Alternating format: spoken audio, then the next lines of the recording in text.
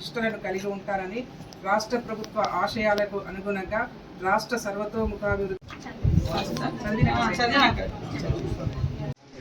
Corporation బాధ్యతగా తీసుకోవడం జరిగింది.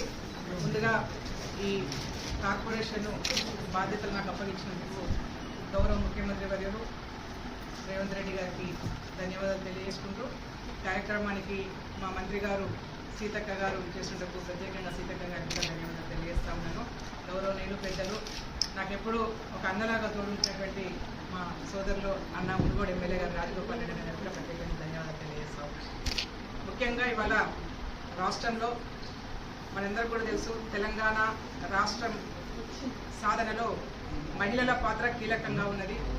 10 సంవత్సరాల కాలంలో మహిళలు మంత్రివర్గంలో లేనటువంటి దౌర్భాగ్య పరిస్థితి నుంచి వాళ్ళ మహిళలకే అవకాశాలని చెప్పేసి కాంగ్రెస్ పార్టీ ప్రకటిస్తూ ఉన్నది.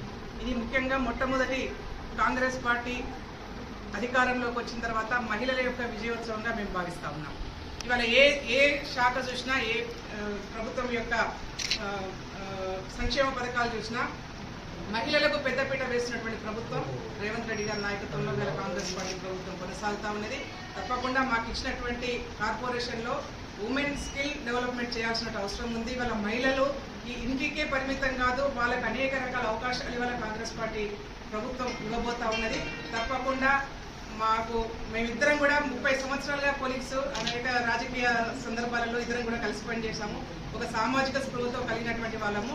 తప్పకుండా సీతక్క గారి సహకారంతో ఉమెన్కు మరింత చేరువవడం కోసం, వాళ్ళ స్కిల్ డెవలప్మెంట్ చేయడం కోసం, అన్ని రకాలుగా ఉమెన్ సహకరించడం కోసం కాంగ్రెస్ పార్టీ పక్షాన ఈ కార్పొరేషన్ తప్పకుండా ఉంటుందని చెప్పేసి తెలియజేసుకుంటాం.